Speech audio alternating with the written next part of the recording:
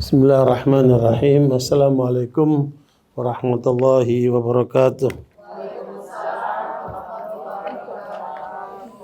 Alhamdulillahi rabbil alamin. Wabihi nasta'inu ala umurid dunya waddin. Wassalatu wassalamu ala asyrafil anbiya'i wal mursalin. Nabina Muhammadin wa ala alihi wa sahbihi ajma'in. Ya ayyuhalladzina amanu taqullaha haqqa tuqatih. Wala tamutunna illa wa antum muslimun. Subhanaka la ilma lana illa ma 'allamtana innaka antal alimul hakim. Allahumma la sahla illa ma ja'altahu sahla wa anta tajal hazna idza syi'ta salama ba'd. Ibu-ibu yang semoga dirahmati oleh Allah SWT, saya punya pertanyaan. Tapi harus dijawab. Siapakah manusia yang paling ibu-ibu cintai di dunia ini? Allah ibarik. Ini jawaban yang benar. Manusia yang paling cintai siapa? Rasulullah Muhammad SAW. Harus kita cintai di atas ibu kita, di atas bapak kita, di atas seluruh manusia.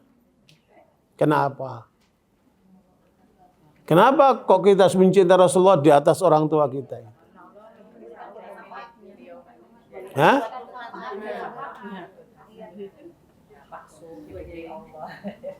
Kenapa? Karena beliaulah yang menghantarkan kita ke arah Allah. Beliaulah yang menghantarkan kita supaya selamat dunia sampai akhirat. Ya, itulah peranan besar Nabi Muhammad SAW. Makanya ibu lihat pada ayat 52 surat Asy-Syura. Wa kadzalika wahayna ilaika ruham min amrina. Ma kunta tadri mal kitabu walal iman. Walakin ja'alnahu nuran nahdi bihi man nasha'u min ibadina wa innaka latahdi ila siratim mustaqim. Coba dibaca terjemahannya. Surat apa? Asy-Syura ayat 52. Iya. 26 surat ke-26 ayat 42. Ayatnya 52. Dan kami wahyukan perintahkan kepada Musa, pergilah pada malam. Apa Ibu? 52. Asy-Syura. Surah kan? Iya, berapa? 52. Iya, itu. Dan kami wahyukan. Bukan. Asy-Syura. Kembali ke Iya. Salah. Makanya nggak nyambung. mulai nggak nyambung. Iya. Ayat lewat. Gak apa-apa, itulah manusia Bu ya.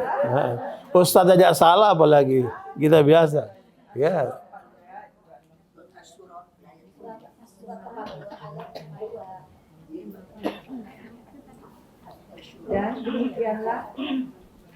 Dan demikianlah kami wahyukan kepadamu Muhammad ruh Al-Quran dengan perintah kami.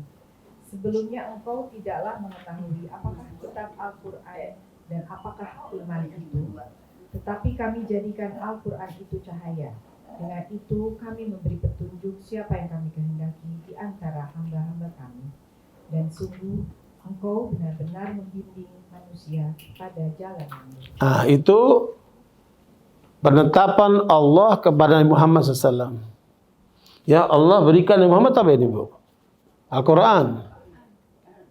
Ya, kitab suci terbaik dalam sepanjang hidup manusia.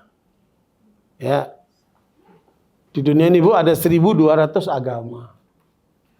Kalau mau lihat agama itu apa ukurannya Bu? Punya kitab suci enggak? Yang kedua, kitab sucinya itu benar nggak datang dari Allah?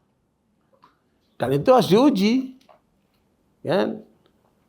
Nah, ternyata dari semua kajian kitab-kitab suci itu hanya Al-Quran yang dipastikan datang dari Allah. Yang lainnya diragukan.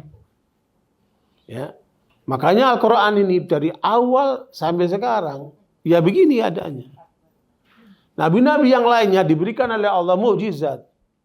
Ya, Nabi Ibrahim dibakar tidak hangus, ya kan? Nabi Nuh juga seperti itu, tidak terkena apa? Bah itu, yang lainnya sudah hancur, beliau aman dengan apa? Perahunya. Ya, kemudian siapa lagi? Nabi Musa dengan tongkatnya dan lain sebagainya. Nabi bisa menyembuhkan orang, bahkan menghidupkan atas izin Allah. Tapi semua mukjizat itu kita nggak pernah lihat. Kita cuma dengar saja. Dan itu pun mereka untuk kaumnya saja, bukan untuk ditunjukkan kepada kita. Jadi dia apa? Mukjizat itu dihadirkan oleh para nabi di saat mereka hidup kepada kaumnya untuk meyakinkan mereka inilah utusan Allah. Tapi kemudian ya itu kata Nabi, tidak ada satupun nabi yang diutus oleh Allah kecuali Allah berikan kepadanya mukjizat, dan atas dasar mukjizat itulah para pengikutnya yakin kalau dia utusan Allah. Tetapi apa yang Allah berikan kepadaku adalah Al-Quran. Dan mukjizat Al-Quran bukan hanya di masa Nabi, bisa dibuktikan sampai sekarang, sampai hari kiamat. Jadi kalau mau membuktikan Al-Quran firman Allah, silakan dengan berbagai macam ilmu yang kita miliki. Subhanallah, luar biasa. Coba ibu lihat ayat ini. Allah berikan kepada Muhammad Al-Quran, tapi tidak sebutkan namanya Al-Quran langsung. Disebutkan apa? Ruh. Manusia ini ibu, yang menentukan manusia ini apa ibu? Ada 3. Ya, pertama hawa nafsu, yang kedua akal, yang ketiga apa? Ruh. Ya, hawa nafsu, kalau manusia terbawa oleh hawa nafsunya, maka dia sama dengan binatang. Makanya binatang itu dikasih hawa nafsu, nggak dikasih akal. Ya bu, kita dikasih hawa nafsu, tapi juga dikasih akal, supaya akal bisa mengendalikan hawa nafsu. Tetapi ada yang lebih hebat. Maka ibu lihat, dari barat mau timur, mau Amerika, mau Eropa, mau Cina, mau Jepang, ya, mereka itu orientasi kehidupannya hanya sampai akal saja. Tidak menyentuh ruh. Makanya ibu lihat apa yang terjadi dengan mereka. Orang kalau hanya sampai sebatas akal, sehingga yang dia lihat cuma zahir. Akal itu tidak bisa membaca apa yang di luar itu. Yang gaib itu nggak tahu dia.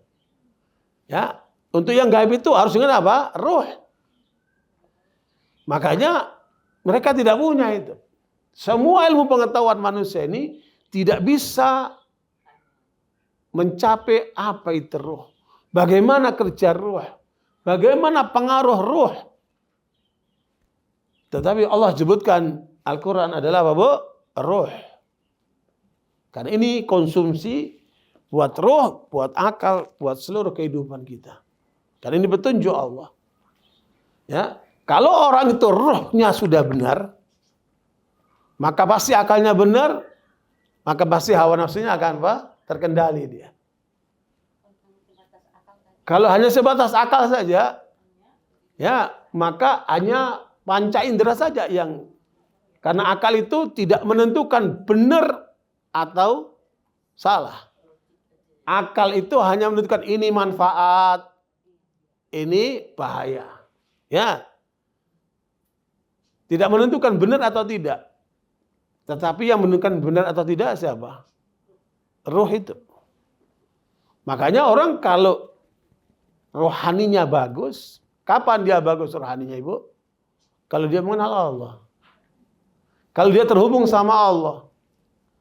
Makanya banyak sekarang ini orang yang kaya raya, kekuasaannya luar biasa, tapi hidupnya mengenaskan. Ya. Ibu lihat namanya Dale Carnegie. Kurang apa dia? Ilmuwan tingkat dunia. Ratusan juta buku yang dicetak dibaca oleh manusia ini. How to influence the people. Bagaimana kamu mempengaruhi orang. Bagaimana perusahaanmu supaya maju. Bagaimana ahli komunikasi top tingkat dunia. Ya, secara ilmu diakuin tingkat dunia. Hartanya melimpah ruah. Terkenalnya apalagi. Tapi kemana dia arahnya, Bu? Bunuh diri. Kenapa? Ruhnya meronta-ronta. Ruhnya mengalami kekosongan. Sama juga dengan apa? Apa namanya? Anaknya Onassis namanya apa? Christina Onassis. Kurang apa harta dia? Untuk 7 turunan tidak habis hartanya. Ya, dia menikah 3 kali tapi gagal.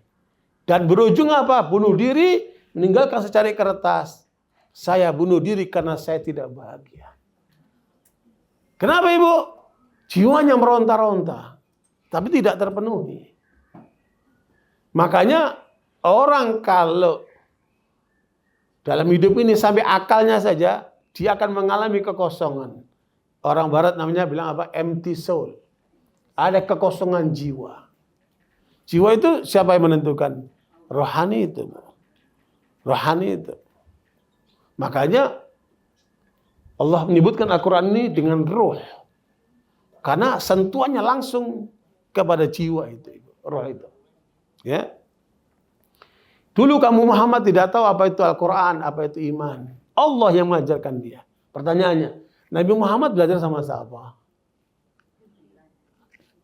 Allah sendiri mengajarkan lewat malaikat Jibril. Lewat wahyu diturunkan langsung kepadanya. Allah yang mendidik dia. Ya. Makanya manusia paling bahagia di dunia siapa, Ibu? Muhammad SAW. Saya kemarin ke Mekah, bahagia sekali dapat disertasi doktor. Saya punya sekarang di rumah. Selama ini saya bertanya-tanya. Kan banyak disuarakan tuh Nabi Muhammad itu miskin, nggak punya apa-apa, ya Bu? Menggantungkan sama janda kaya. Saya banyak anak muda sekarang kepinginnya dapatnya janda kaya. Padahal Nabi tidak pernah menggantungkan pemberian daripada si janda kaya, karena Nabi mandiri dia. Nabi dagang. Dalam disertasi doktor itu ternyata aset Nabi itu kalau dikonversikan ke dalam emas itu 1.216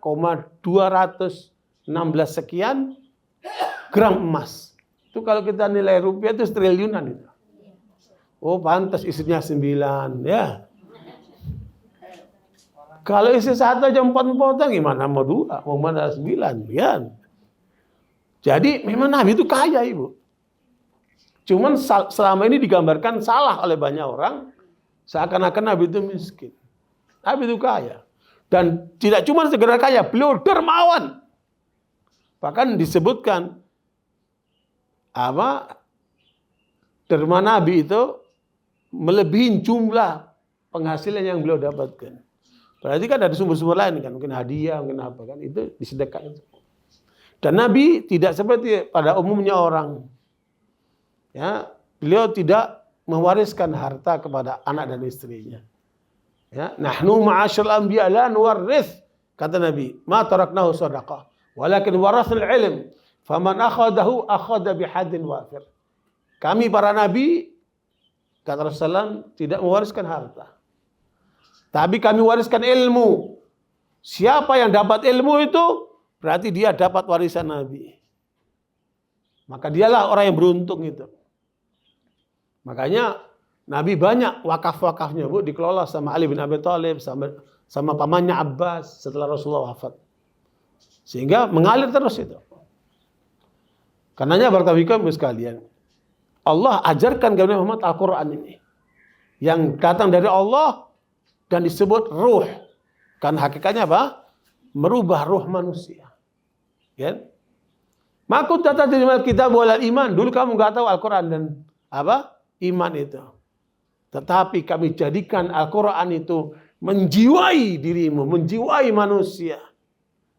Dan engkau, Muhammad, pasti akan membawa manusia kepada jalan yang lurus.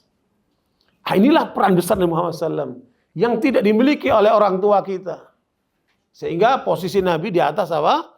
Orang tua kita. Dalam riwayat Bukhari Nabi mengatakan, la yu'minu ahadukum hatta akuna ahabba ilaihi min walidihi wa waladihi wan nasi ajma'in. Ya, tidak sempurna iman kalian sampai menjadikan Nabi Muhammad lebih dia cintai daripada orang tuanya, anaknya, dan seluruh manusia. Ibu kalau punya anak, ya Bu, sayang nggak? Oh, luar biasa. Kalau ada ibu nggak sayang sama anaknya, kelewatan ibu itu. Jangan-jangan anak angkat itu kan. Ya, anak angkat aja disayangi. Ya, makanya bagaimana sayangnya ibu kepada anak, kita sayang kepada Muhammad harus lebih dari itu. Ibu. Ya, makanya bagi orang yang Muslim, dia mengucapkan asyhadu an la ilaha illallah wa asyhadu anna Muhammad Rasulullah. Maksudnya apa Ibu? Ya, Ibnu Qayyim dalam kitab Thariqul Hijratain, dia menulis kitab khusus tentang dua kalimat syahadat ini dengan ungkapan dua hijrah. Jalan menuju dua hijrah. Hijrah pertama, asyhadu an la ilaha illallah, berarti hijrah secara totalitas. Kita yakin kepada Allah Sang Pencipta kita dan kita tunduk kepada Allah menjadi hambanya. Surat Al-An'am 162. Qul inna salati wa nusuki wa mahyaya wa mamati lillahi rabbil alamin. Gitu. Perintah Allah itu kepada Muhammad dan kepada kita semuanya.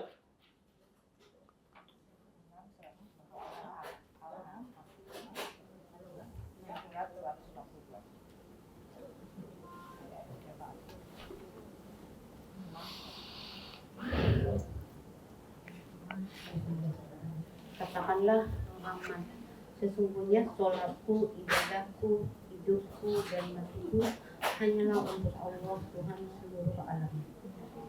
Kalau ada ibu-ibu bilang sama suaminya, sayang, hidup matiku untuk kamu sayang. Apa itu Bu? Syirik, bukan lebih itu, syirik itu. Karena hidup mati kita siapa? Untuk Allah. Kok kamu alihkan ke suamimu? Kamu menduakan Allah itu. Hati-hati tuh Bu. Nah, ibu ini mati-matian demi kamu. Nah, Bu, ada nggak ibu yang bilang gitu tuh? Hati-hati tuh. Ya, hidup mati kita siapa Bu? Untuk Allah. Jangan korbankan untuk yang lain. Ya. Nah, makanya kalau kita sadar hidup kita untuk Allah, maka jangan berat ketika disuruh sholat. Jangan berat ketika disuruh nutup aurat. Jangan berat kalau disuruh hidup dengan cara yang halal. Ya Bu. Jangan berat untuk apa Bu? Wala tamutunna illa wa antum muslim. Jangan kamu mati kecuali dalam keadaan Islam. Jadi inilah hijrah yang sebenarnya Ibu. Secara totalitas kita berhijrah kepada Allah dengan mentauhidkan Allah dan tunduk hanya kepada Allah. Pertanyaannya, sudahkah kita lakukan itu? Ya Bu, kalau sudah kita lakukan sampai kapan? Sampai mati. Ya. Coba Ibu lihat akhir surat Al-Hijr. Ya, wa'bud rabbaka hatta ya'tiyakal yaqin. Al-Hijr ayat yang terakhir. Wa'bud rabbaka hatta ya'tiyakal yaqin. Ya.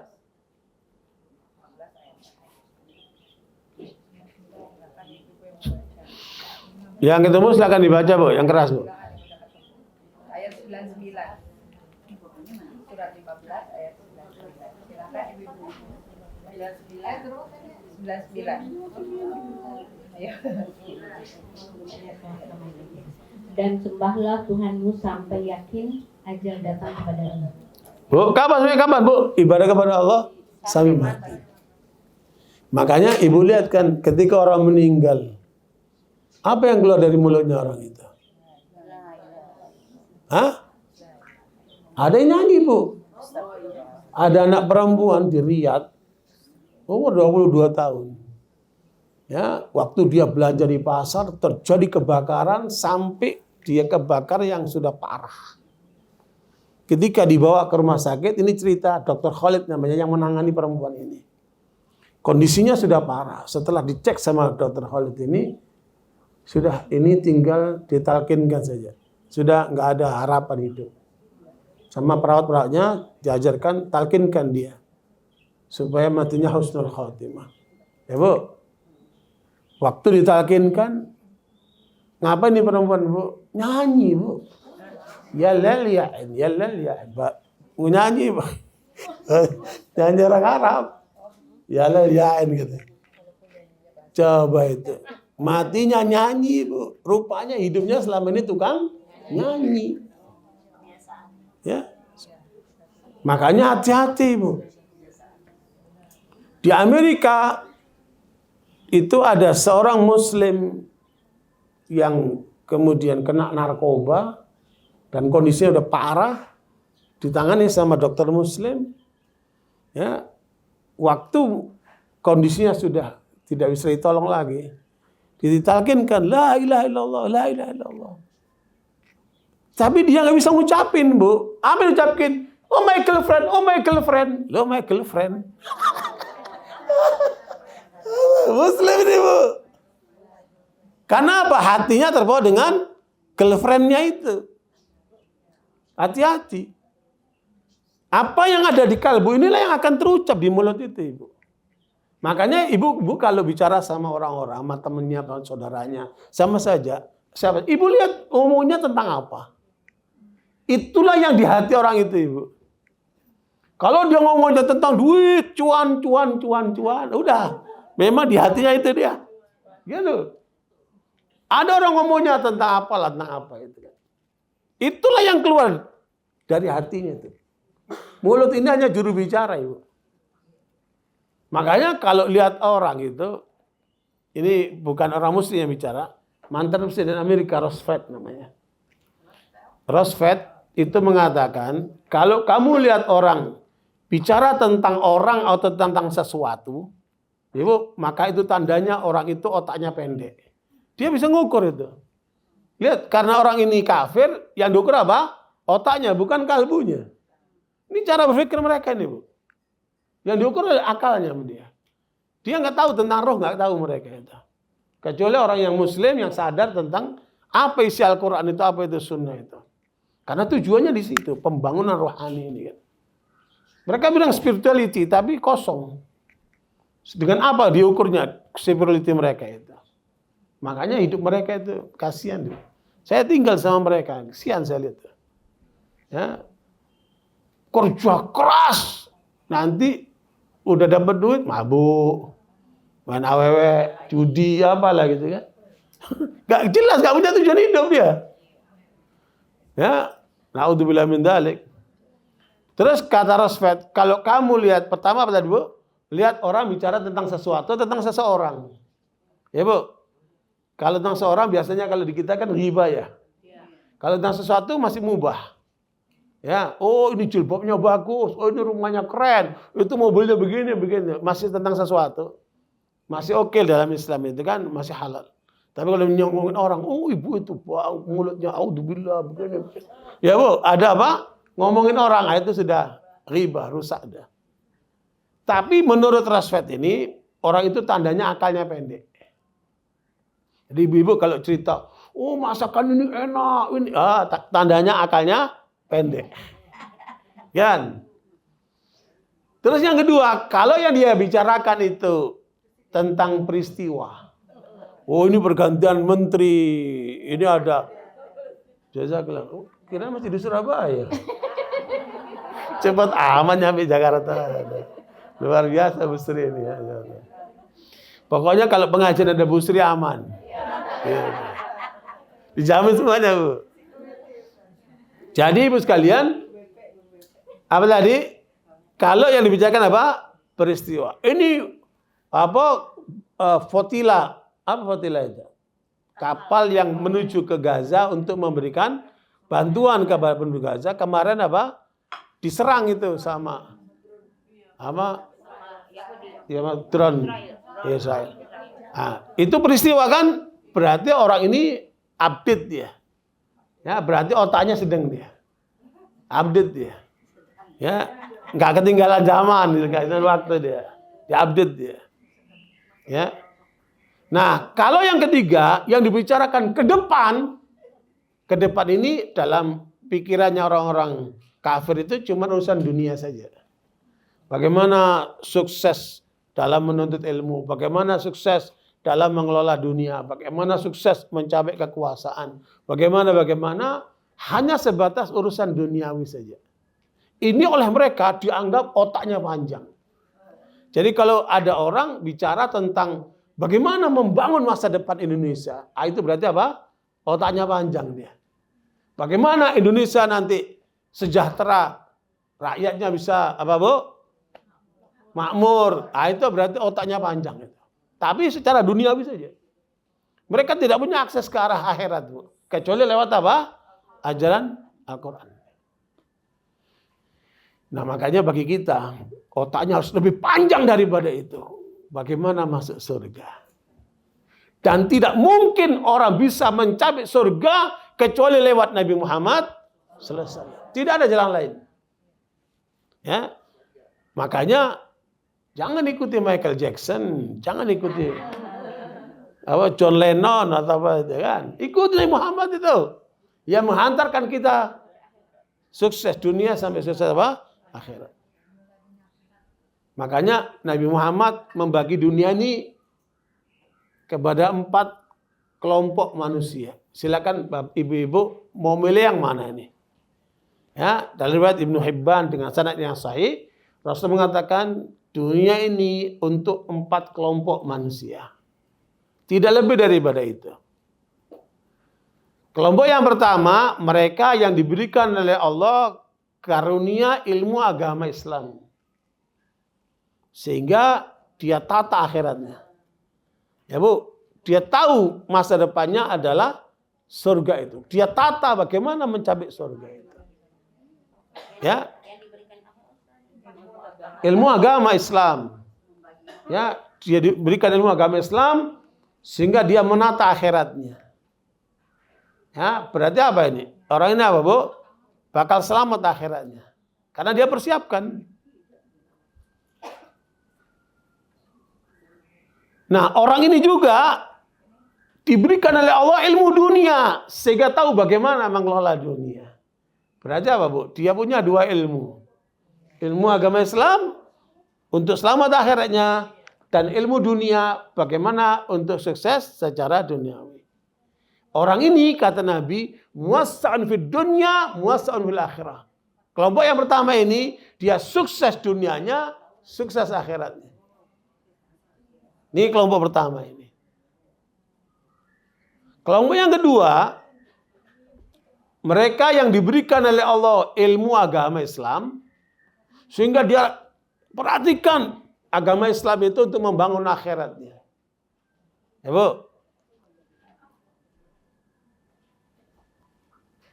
Tetapi mereka tidak dikasih ilmu dunia. Nggak paham bagaimana ngelola dunia. Bagaimana manajemen keuangan. Bagaimana marketing. Ya Bu. Bagaimana mengembangkan harta supaya menjadi investasi dan sebagainya itu. Ya.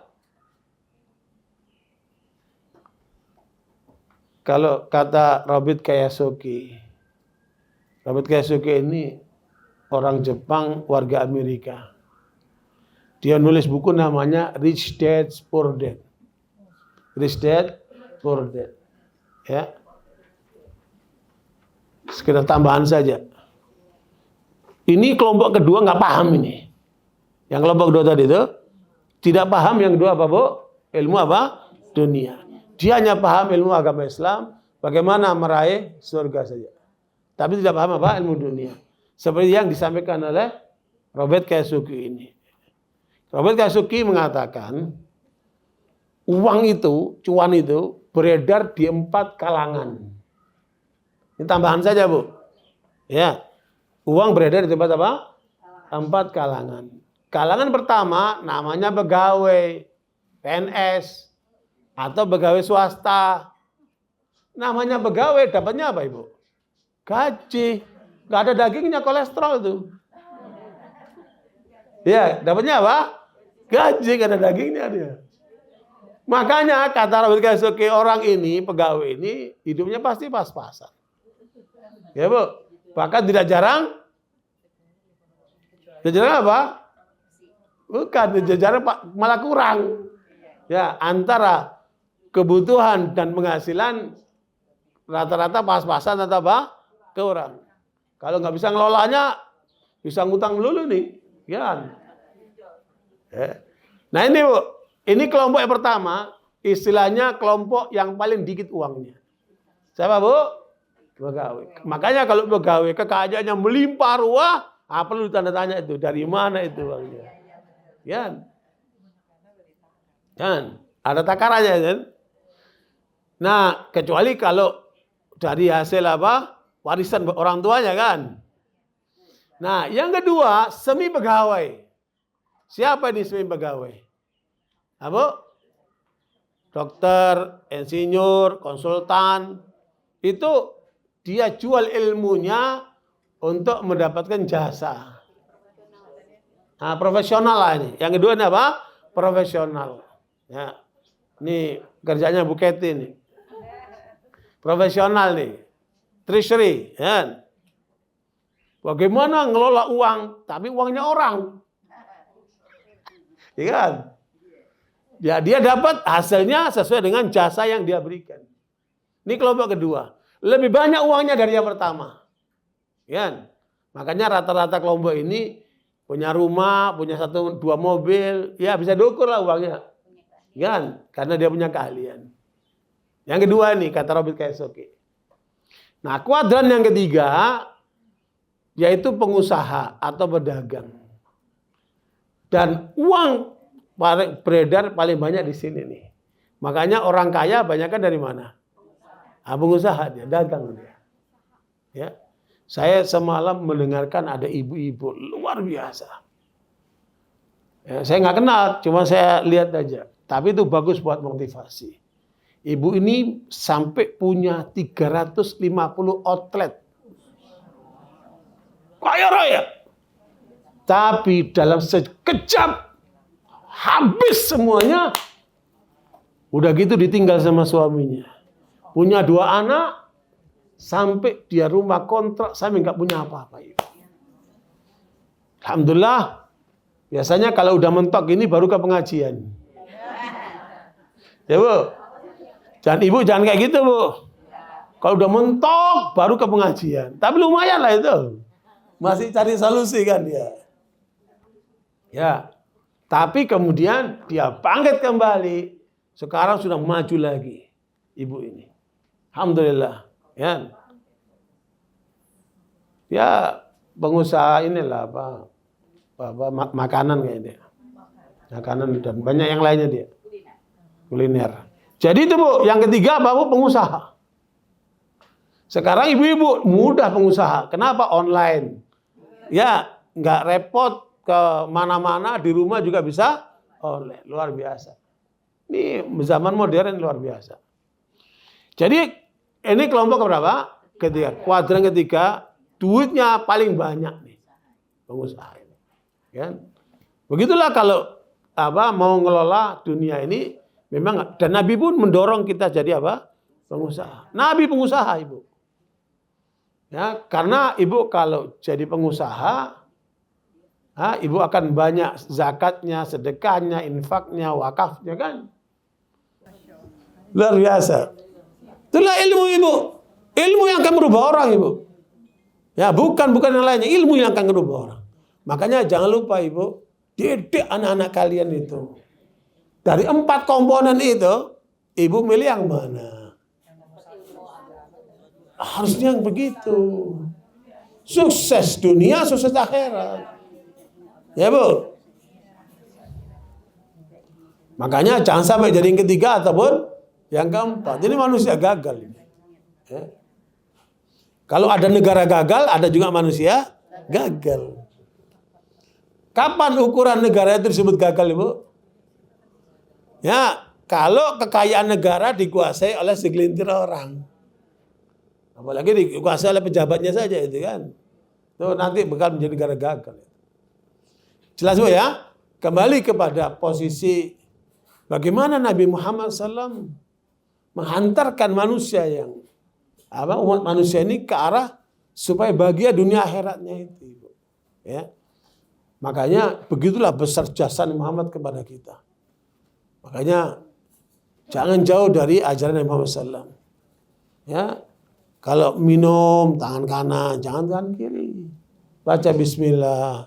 Kalau makan begitu, baca Bismillah. Makan tangan kanan. Duduk, jangan berdiri, jangan jalan-jalan. Ini pakai jilbab, makanya sambil jalan. Ya Allah. Kita lihat itu. Ya, kenapa? Itu mungkin kurang ngajinya atau nggak tahu. Waktu ngaji tidur kali dia. Ya, ada juga gitu ya. Sehingga nggak paham dia. Nah, cobalah kita mendekat Nabi. Nah, untuk supaya kita cinta kepada Nabi, Ibu, ya, supaya kita cinta kepada Nabi. Saya mau tanya dulu, Ibu ini punya cinta nggak sih? Apa itu cinta? Coba terangin. Ibu katanya cinta. Apa sih itu cinta, Ibu? Banyak di lagu-lagu, di film-film, cinta ini, cinta itu. Iya, apa itu cinta, Ibu? Cinta, itu sunnah gimana cinta? Cinta dulu. Ya apa itu cinta? Hah? Mau berkorban itu bukti cinta. Kalau mau berkorban itu bukti apa? Cinta. Ya, ibu cinta sama suaminya. Karena ibu cinta, ibu korbankan, buka semuanya buat dia. Namanya apa? Mau berkorban. Kalaupun apa? Hamil, melahirkan anak, berdarah-darah, inilah bukti cintaku kepada suami. Kayak gitu ya? Udah gitu tinggal lagi astagfirullah. Kecil banget tuh suami. Nah, apa itu cinta itu, Bu? Kepengen dekat. Itu namanya bukti cinta. Ya kan? Ya, ada lagi bilang I love you forever. Bener gak itu? Ya. Itu bukti namanya. Dan jangan lupa, Ibu, kenikmatan itu ada dalam cinta. Kalau ibu cinta, ibu nggak capek. Karena ibu apa? Melakukan apa? Aduh, ketulusan. Kan? Terus apa itu cinta, Ibu? Lah segini-gini nggak tahu cinta gimana? Beda. Kasih sayang itu adalah praktek cinta, Ibu. Makanya di Al-Quran disebutkan apa? Coba lihat surat Ar-Rum ayat 21. Wa min ayatihi an khalaqalakum min anfusikum azwaja litaskunu ilaiha wa ja'ala bainakum mawaddah. Ini cintanya. Wa rahmah. Ya. Inna fi dzalika laayatin liqaumin yatafakkarun. Itu ayat pernikahan. Ya. Ini banyak orang nikah tapi nggak tahu apa isinya ini. Yang penting pakai baju pengantin, ya Bu, orang banyak datang, kemudian banyak menerima apa? Bingkisan, terus honeymoon, ya, habis itu ngapain? Makanya coba Ibu lihat pada ayat 108 surat At-Taubah. Laqad ja'akum rasulun min anfusikum azizun 'alaihi ma 'anittum harisun 'alaikum bil mu'minina raufur rahim.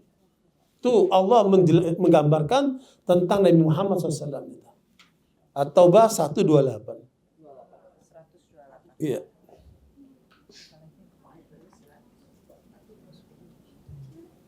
Sungguh telah datang kepadamu seorang rasul dari kaummu sendiri. Berat terasa olehnya penderitaan yang kamu alami.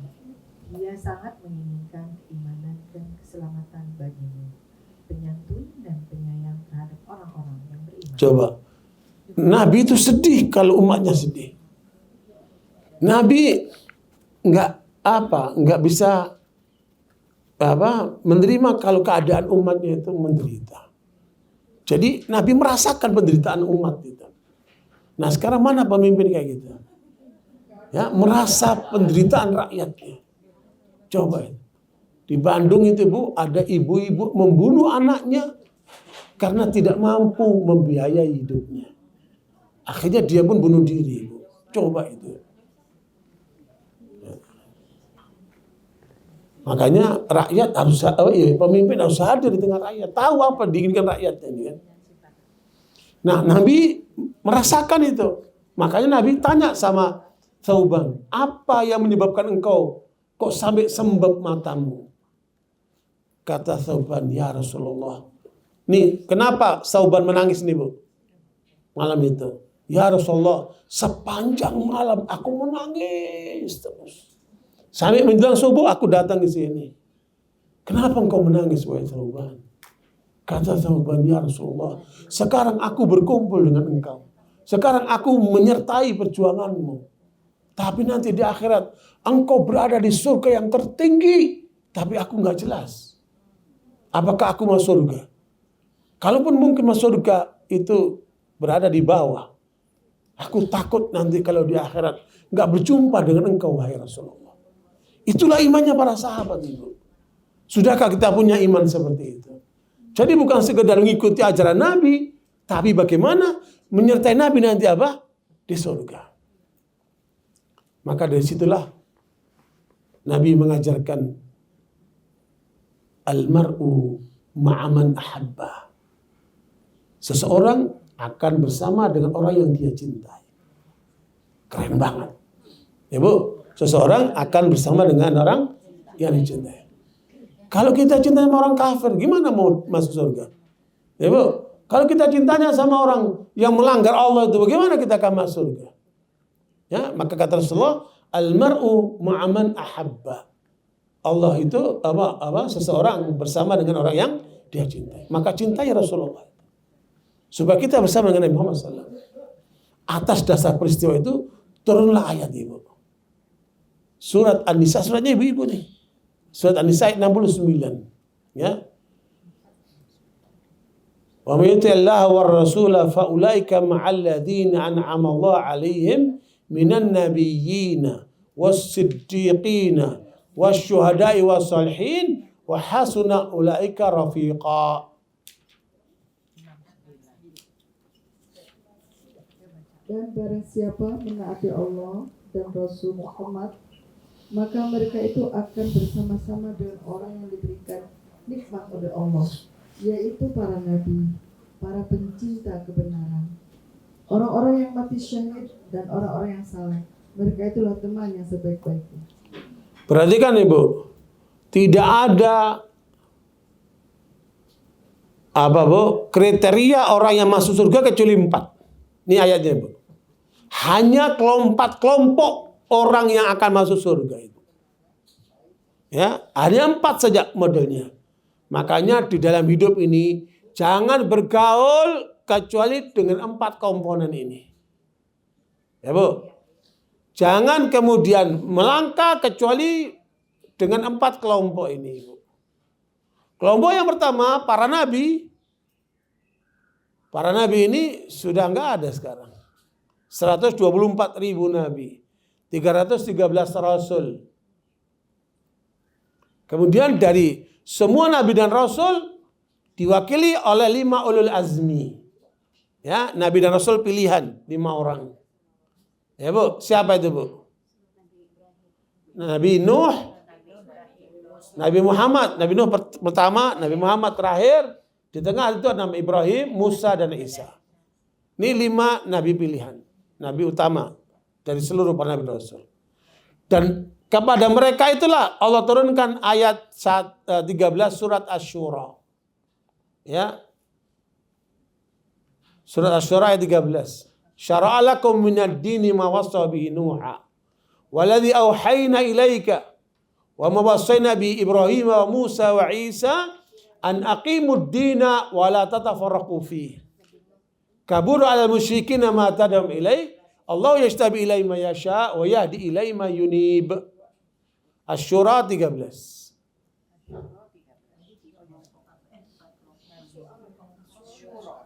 Asy-Syura. Ya, 13. Ya. Dia Allah telah mensyariatkan kepadamu agama yang diwasiatkannya kepada Nuh, dan apa yang telah kami wahyukan kepadamu Muhammad, dan apa yang telah kami wasiatkan kepada Ibrahim, Musa dan Isa, yaitu tegakkanlah agama, keimanan dan ketakwaan, dan janganlah kamu berpecah belah di dalamnya. Sangat berat bagi orang-orang musyrik untuk mengikuti agama yang kamu serukan kepada mereka.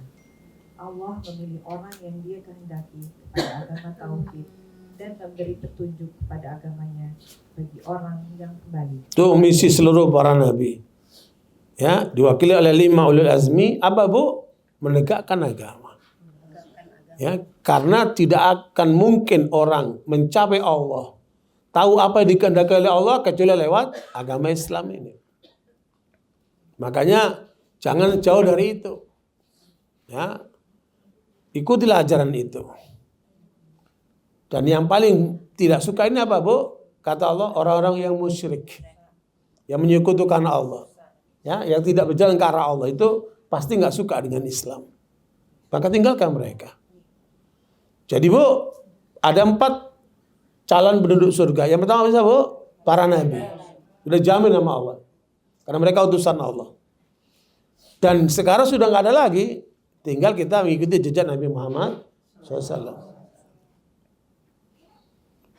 Kemudian yang kedua adalah as-siddiqin. Ya, orang-orang yang jujur. Jujur artinya apa, Bu?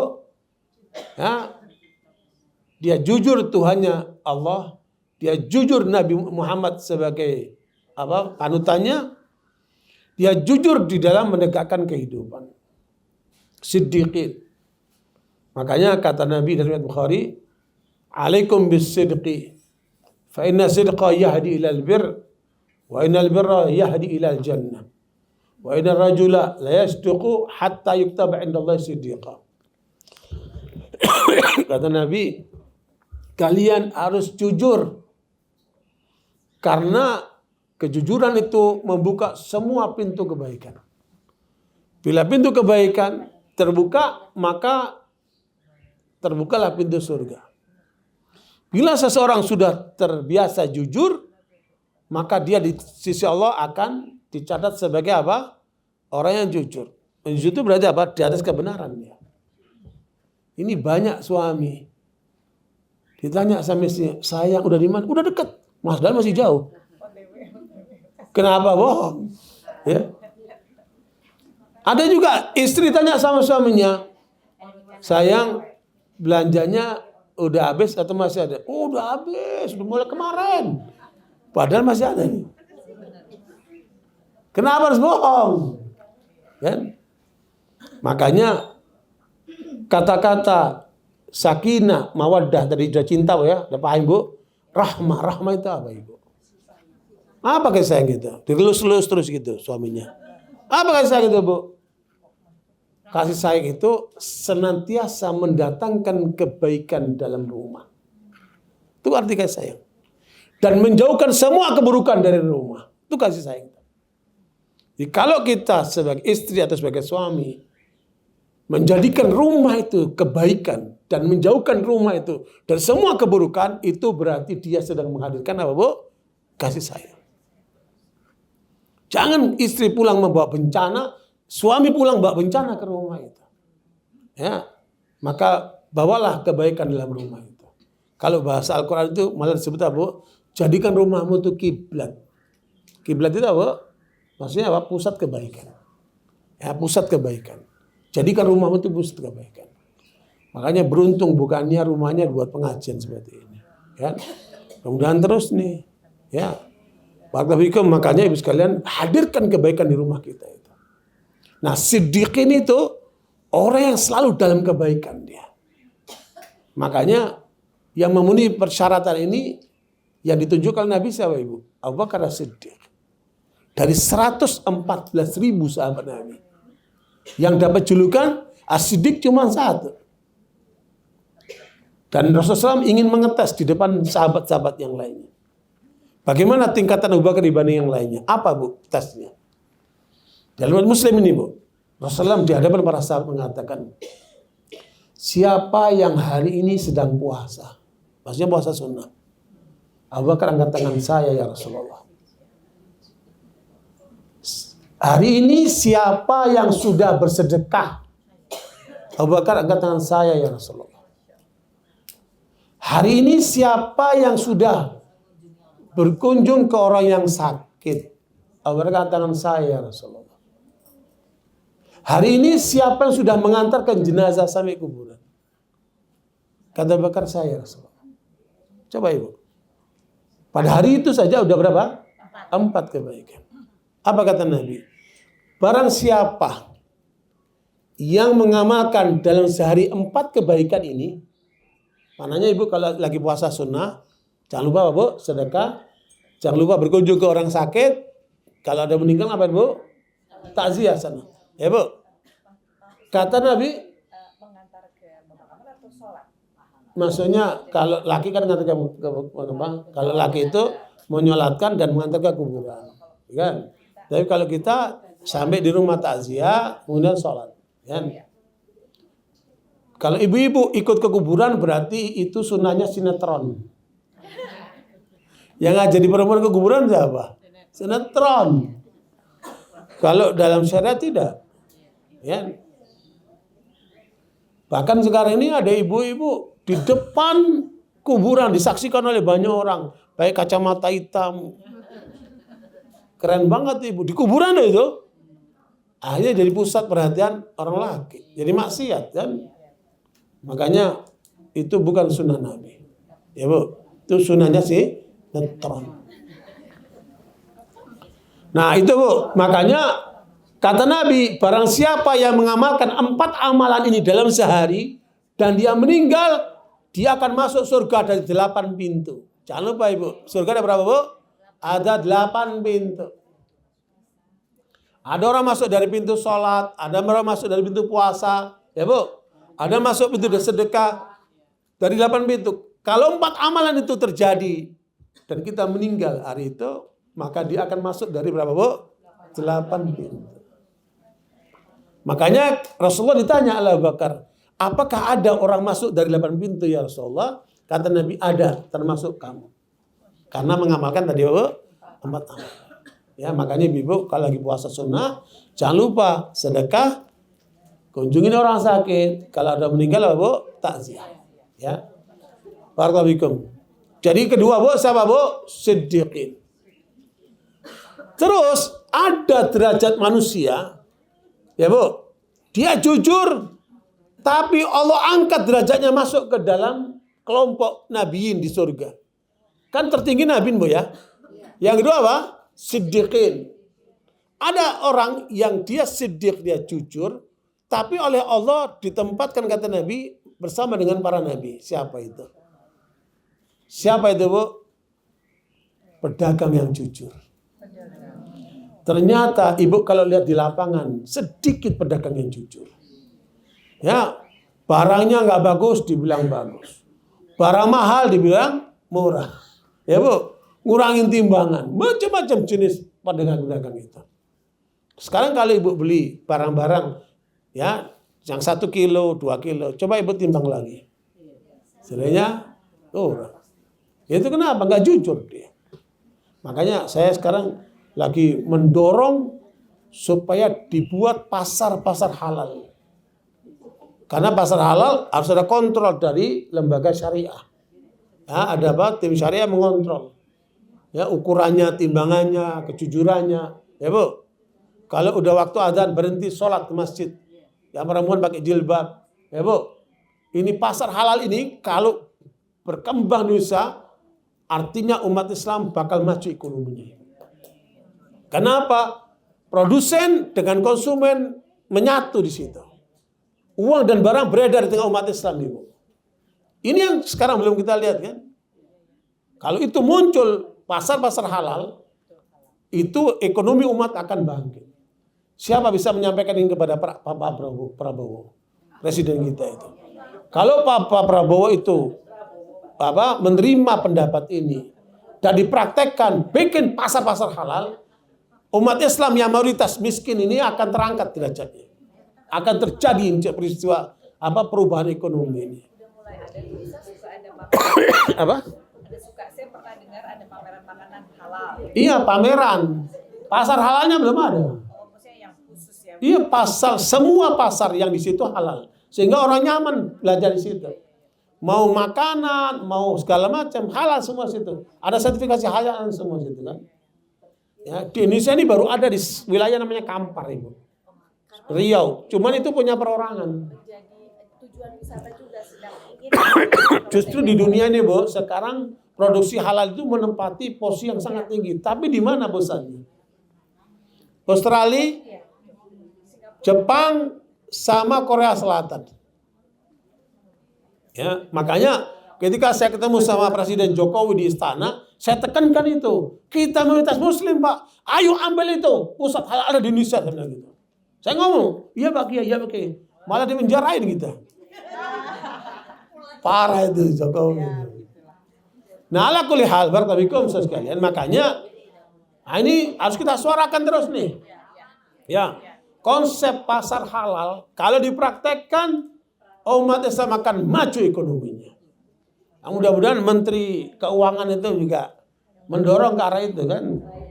Ya. Oke, barakallahu Ibu. Jadi yang kedua apa, Bu? As-Siddiqin. Tapi ada satu kelompok yang bisa masuk ke tingkatan mana bisa, Bu? Pedagang yang halal. Makanya kalau dagang yang jujur, ya. Pedagang yang jujur. Terus ada lagi satu kelompok yang bisa masuk ke dalam kategori para nabi. Apa itu, Bu? Bukan, nanti masuknya ketiga. Ini tingkatan manusia soleh, tapi masuk ke tingkatan nabi. Ya, bahkan diirian oleh para nabi kata Rasulullah. Ada banyak nabi yang iri sama orang ini. Siapa itu, Bu? Bukan orang yang bersaudara karena Allah. Bersaudara karena kamu cinta suamimu karena Allah, kamu cinta saudaramu karena Allah. Ya, bisa mencapai itu. Ya, jangan cintanya karena duitnya, jangan cintanya karena gantengnya, karena apanya, tampilannya, bukan, karena Allah. Ya, bersaudara karena Allah. Itu akan menempati posisi tinggi bersama Nabi. Dua itu, Bu, manusia yang utama ini. Ya, karena bersaudara karena Allah berarti apa? Nggak ada misi lain, nggak ada tujuan duniawi dia. Kan? Luar biasa. Lillahi ta'ala itu kan luar biasa. Dan itu nikmat sekali. Kenapa? Orang yang bersaudara karena Allah tidak akan pernah kecewa, Ibu. Mau kurang, mau lebih, mau apa? Karena semua karena Allah. Bahkan di kalangan para salafus saleh itu, Bu, persaudaraan mereka itu sampai kira-kira umpamanya Bukati sama Bukania ke pasar. Ya, Bukati nggak punya uang. Tapi dia beli barang, terus dia ambil dompetnya Bukania untuk bayar apa? Barang yang dia beli. Tapi Bukania dengan senang hati. Jadi seperti apa? Milik bersama. Luar biasa. Jangan suami milik bersama, bukan. Ini urusan duit. Ya, Bu. Urusan harta, ya, Bu, ya. Bisa begitu, Ibu. Ya, luar biasa persaudaranya. Makanya pada ayat ke-9 surat Al-Hasyr itu diterangkan oleh Allah tentang persaudaraan itu. Ya, wa yu'thiruna ala anfusihim walau kana bihim khasasah. Surat apa? Al-Hasyr ayat 9. Itu posisi persaudaraan karena Allah itu. 59 ayat 9. Ayat 9 ya.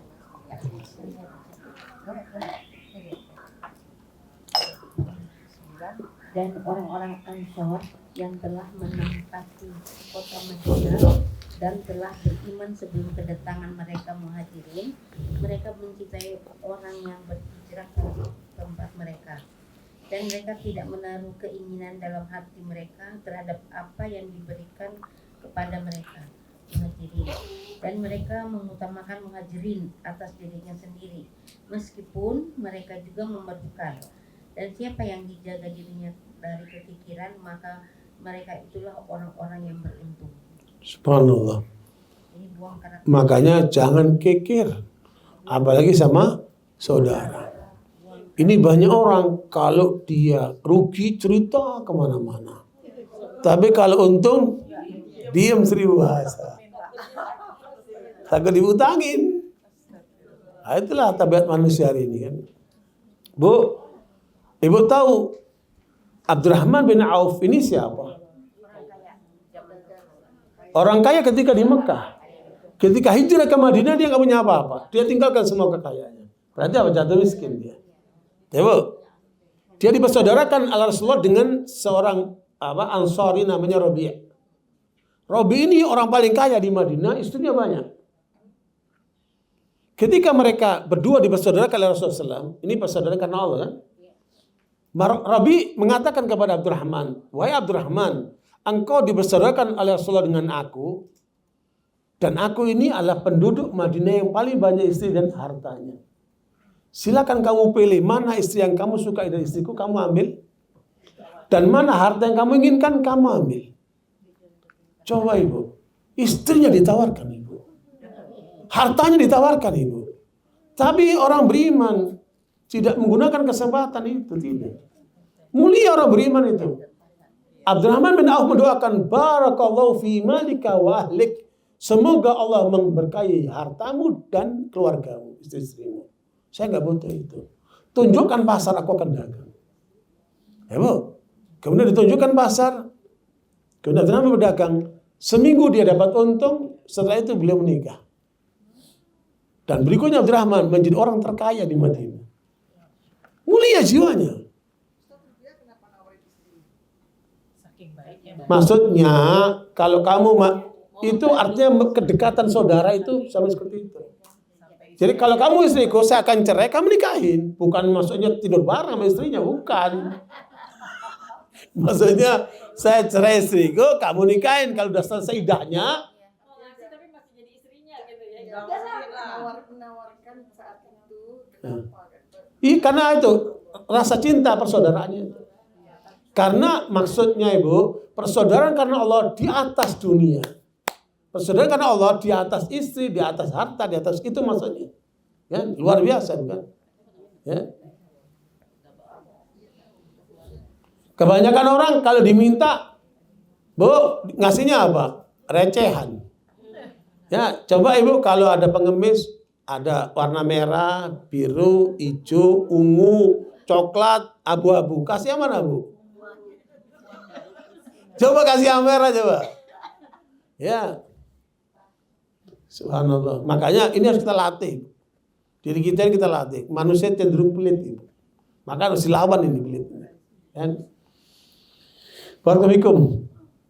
Makanya kalau binatang itu kita lihat yang puas-puas itu kalau udah makan dia udah kenyang dia tinggal. Untuk yang lainnya kan. Manusia tidak. Yang dia dapat diambil, yang punya orang diambil lagi, diambil lagi. Sampai duitnya negara habis dibobol tuh mereka nih kan. Luar biasa. Rakus, tamak. Nah, itu makanya disebut lebih apa? Lebih rendah dari binatang itu karena itu. Ada sifat-sifat seperti itu. Nah, barakallahu itu jadi kedua tadi apa? Penduduk surga orang yang jujur. Dan kemudian ada dua manusia yang dapat keutamaan khusus, pedagang yang jujur dan orang bersaudara karena Allah bisa naik derajatnya dengan para nabi. Ya, kemudian yang ketiga, keempat mau pulang Bu. Yang ketiga, penduduk surga yang ketiga orang mati syahid. Ya, orang yang mati syahid. Orang mati syahid itu ada dua ibu. Mati syahid di medan tempur membela agama Islam. Ya, berarti itu berdarah-darah. Yang kedua, mati syahid akhirat namanya. Seperti ibu-ibu yang hamil ketika melahirkan anak berdarah-darah terus meninggal dunia. Ya, insya Allah ibu ini kalau dia muslimah pasrah kepada Allah, ini dia mati syahid akhirat namanya. Kalau syahid di dunia, mati syahid di medan perang. Dunia akhirat tuh. Kalau syahid akhirat mati sesuai dengan syariat Allah. Ya. Nah, orang yang mati syahid di medan tempur itu tidak perlu dimandikan. Ya. Dikuburkan dengan apa? Dengan pakaiannya itu. Nah, barakallahu sekalian. Makanya kata Nabi, kalau ukuran mati syahid hanya mati syahid di medan tempur, betapa sedikitnya umatku yang mati syahid. Ya, Bu. Maka Nabi memperluas siapa orang muslim yang meninggal karena penyakit TBC atau penyakit perut atau serangan jantung atau kemudian mengalami kejatuhan bangunan atau kebakaran atau tenggelam ke lautan, maka itu semua akan menjadi posisi mereka mati syahid. Ya. Ya, semua yang jalan di jalan Allah itu. Ya. Nah, barakallahu itu keberapa, Bu? Mati syahid yang keempat. Syuhada namanya. Akan menjadi penduduk surga. Ini pun bukan mudah, Ibu. Bukan mudah ini. Karena mati syahid itu pilihan Allah. Ya, mati syahid itu wa yattakhidh minkum syuhada. Allah yang milih syahid itu, Ibu. Ya. Nah, yang keempat ini yang paling mudah. Menjadi orang soleh. Ya. Menjadi orang soleh. Menjadi orang soleh itu ukurannya apa, Ibu? Ya. Taat kepada Allah dan Rasulnya. Ya, taat kepada Allah dan Rasulnya. Dan yang paling menonjol, orang soleh itu, Bu, mudah menangis karena Allah. Apa, Bu? Mudah menangis karena Allah. Satu, ukurannya orang soleh itu mudah menangis karena Allah. Dia doa, dia nangis. Dia sholat, dia nangis. Dia baca Quran, dia nangis. Ya, Bu? Menangis karena Allah, bukan karena sakit hati sama orang lain. Ya, karena apa, Bu? Mengharap ridha Allah. Kemudian tanda orang soleh yang kedua apa, Bu? Suka tahajud. Orang soleh itu apa? Ya, qiyamul lail da'bus sholihin. Qiyamul lail itu suka tahajud itu apa? Kebiasaan orang-orang yang soleh. Ya. Jadi menangis karena Allah dan suka tahajud itu tanda orang yang soleh. Semoga kita semua menjadi penduduk ahli surga dan berkumpul di dunia sampai di surga insyaallah. Tapi tingkatan apa, Bu? Apa? Tingkat salah paling rendah itu. Hah? Ada salah sama Nabi, Bu. Ya, makanya jangan lupa doa supaya kita dikumpulkan bersama Nabi Muhammad SAW. Gitu ya, karena waktu azan sudah tiba. Terakhir, Ibu, Abdullah bin Mas'ud, sahabat Nabi ini, yang ahli Quran ini, satu kali tahajud bersama Nabi. Kemudian dia ditawari oleh Nabi. Ya, apa yang engkau inginkan dari aku? Kata Ibnu Mas'ud, doakan aku ya Rasulullah menyertai engkau di surga. Coba, Ibu. Yang diminta apa? Menyertai Nabi di surga. Adakah yang lain, kata Nabi? Ada nggak permintaan lain selain itu? Karena itu bukan mudah, kan? Tidak ya Rasulullah, cuma itu. Kan? Termasuk Ummu Imarah. Ummu Imarah ini sahabat wanita yang mengorbankan dirinya melindungi Nabi sampai terluka 13 luka, Ibu. Yaitu Ummu Imarah. Maziniyah. Ya, kemudian ketika dia sadar ketemu Nabi, Nabi bertanya, apa yang kau inginkan dariku, wahai Ummu Imarah? Ummu Imarah mengatakan, doakan aku menyertai engkau di surga ya Rasulullah. Kemudian Rasulullah mendoakan, Allah maj'alul faqa'i fil jannah. Ya Allah, jadikan dia dan keluarganya menyertai aku di surga. Udah, jaminan itu kan.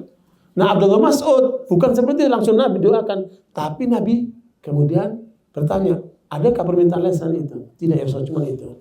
Kalau gitu kamu doa, aku aminkan. Ya, kalau Ummu Imarah, Nabi langsung doakan. Kali ini apa? Dia suruh doa, dia aminkan. Nah, doa itu untuk kita semuanya. Jadi itu tujuannya, Bu. Doa kita yang maksud mewakili kita. Hah? Apa itu doanya? Mudah-mudahan apa ya? Allahumma inni as'aluka imanan la yartad. Ya. Allahumma inni as'aluka imanan la yartad wa na'iman la yanfad wa murafaqata nabika Muhammad sallam fil firdausil a'la, ya, fil jannah. Ya. Ya Allah, aku minta kepadamu iman yang tidak menurun, kemudian nikmat yang tidak habis, dan kemudian menyertai Nabi-Mu di firdausil a'la di surga. Ya, Bu. Itu. Kalau Ibu nggak hafal, bahas ini saja. Yang penting doanya di luar sholat, ya.